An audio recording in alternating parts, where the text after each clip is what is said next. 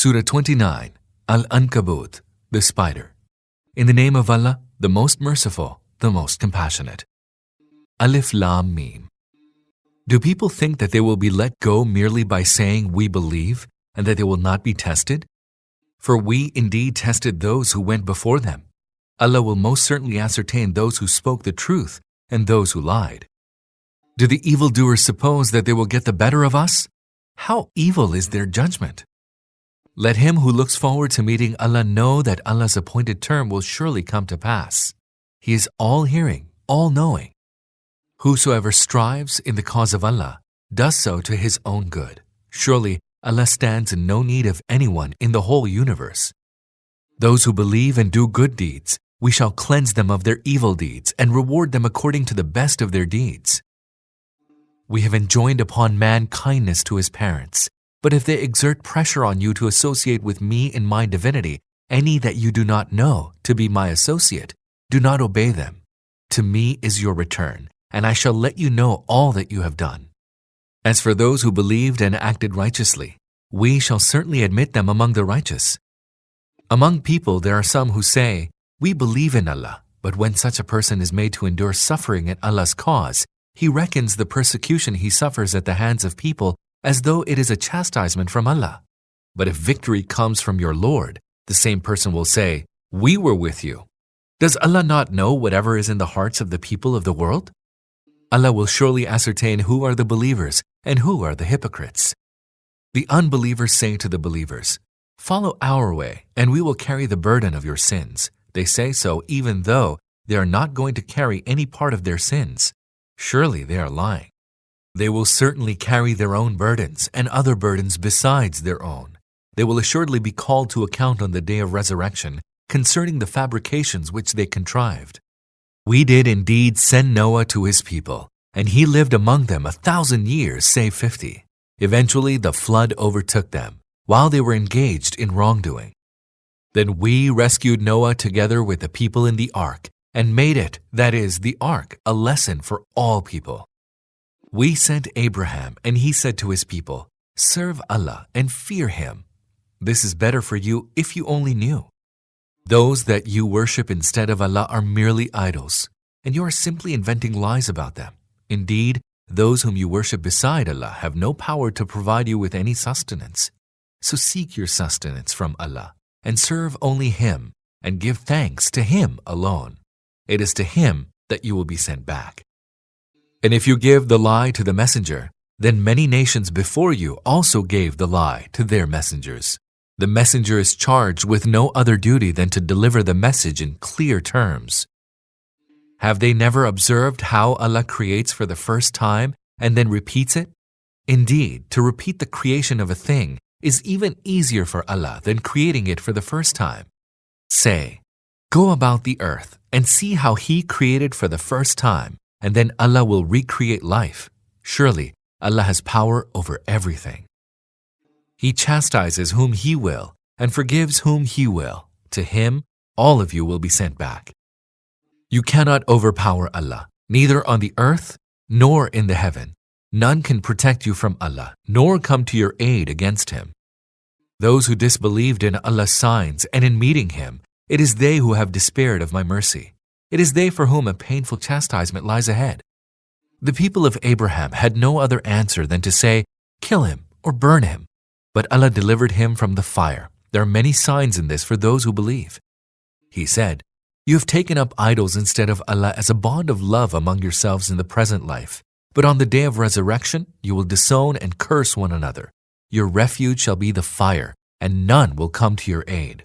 Then did Lot believe him, and Abraham said, I am emigrating unto my Lord. He is all-powerful, all-wise. And we bestowed upon him offspring like Isaac and Jacob, and bestowed prophethood and the book on his descendants, and granted him his reward in this world.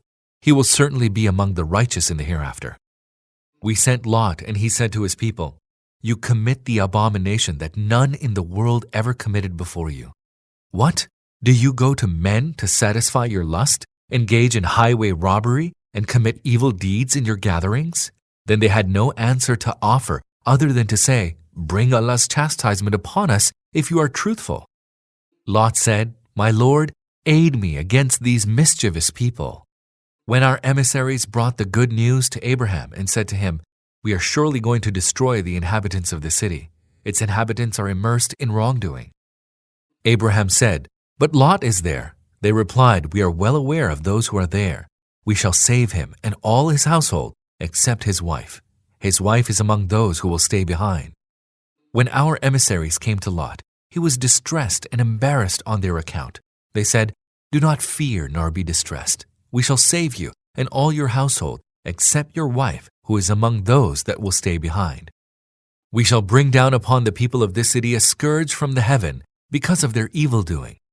And we have left a vestige of it in that city as a clear sign for a people who use their reason."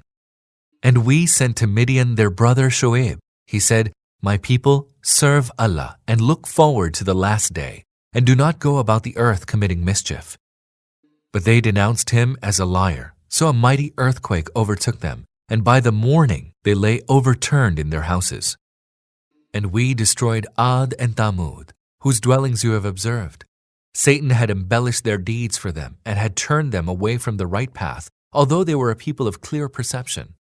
And we destroyed Qarun, Korah, and Pharaoh, and Haman. Moses came to them with clear signs, but they waxed arrogant in the land, although they could not have outstripped us. So we seized each for their sin. We let loose upon some a violent tornado with showers of stones. Some were overtaken by a mighty cry.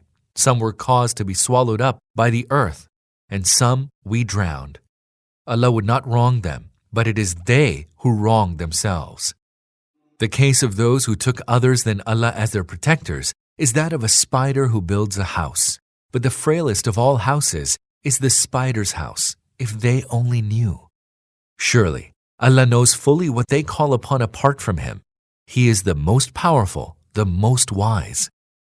These are the parables that we set forth to make people understand, but only those endowed with knowledge will comprehend them.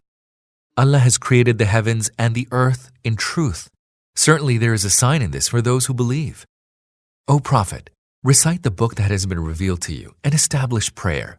Surely, prayer forbids indecency and evil, and Allah's remembrance is of even greater merit. Allah knows all that you do. Argue not with the people of the book except in the fairest manner, unless it be those of them that are utterly unjust. Say to them, "We believe in what was revealed to us and what was revealed to you. One is our God and your God, and we are those who submit ourselves to Him." O Prophet, thus have we bestowed the book on you. So those on whom we had bestowed the book before believe in it, and of these Arabs, too, a good many believe in it. It is none but the utter unbelievers who deny our signs.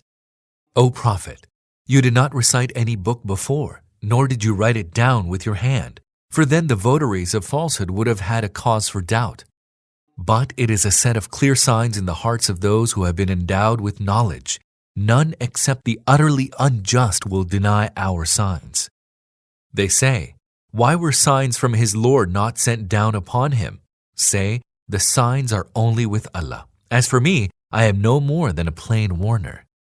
Does it not suffice for them as a sign that we reveal to you the book that is recited to them? Surely, there is a mercy and good counsel in it for those who believe.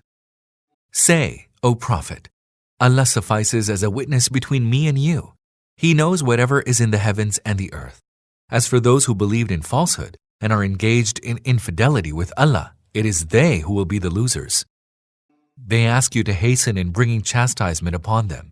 Had there not been an appointed term for it, the chastisement would have already visited them. In fact, it will come down upon them all of a sudden, at its appointed time, while they will not be aware of it. They ask you to hasten the chastisement upon them, although hell encompasses the unbelievers. They will become aware of it the day when the chastisement will overwhelm them from above and from under their feet, and He will say to them, "Taste now the consequence of the deeds that you used to commit." O my servants who believe, verily, my earth is vast, so serve me alone. Every being shall taste death, then it is to us that you shall be sent back. We shall house those who believed and acted righteously in the lofty mansions of paradise, beneath which rivers flow. There they shall remain forever. How excellent a reward it is for those who acted in obedience to Allah, who remained steadfast and put their trust in their Lord. How many an animal there is that does not carry about its sustenance. Allah provides sustenance to them and to you. He is all-hearing, all-knowing. If you were to ask them, who created the heavens and the earth, and who has kept the sun and the moon in subjection, they will certainly say, Allah. How come then they are being deluded from the truth? Allah enlarges the sustenance of any of His servants whom He will, and straightens the sustenance of whom He will. Surely, Allah has knowledge of everything. If you were to ask them, who sent down water from the sky, and therewith revived the earth after its death, they will certainly say, Allah. Say, to Allah alone be praise and thanks, but most people do not understand. The present life is nothing but sport and amusement. The true life is in the abode of the hereafter, if only they knew. When they embark in the ships, they call upon Allah, consecrating their faith to Him.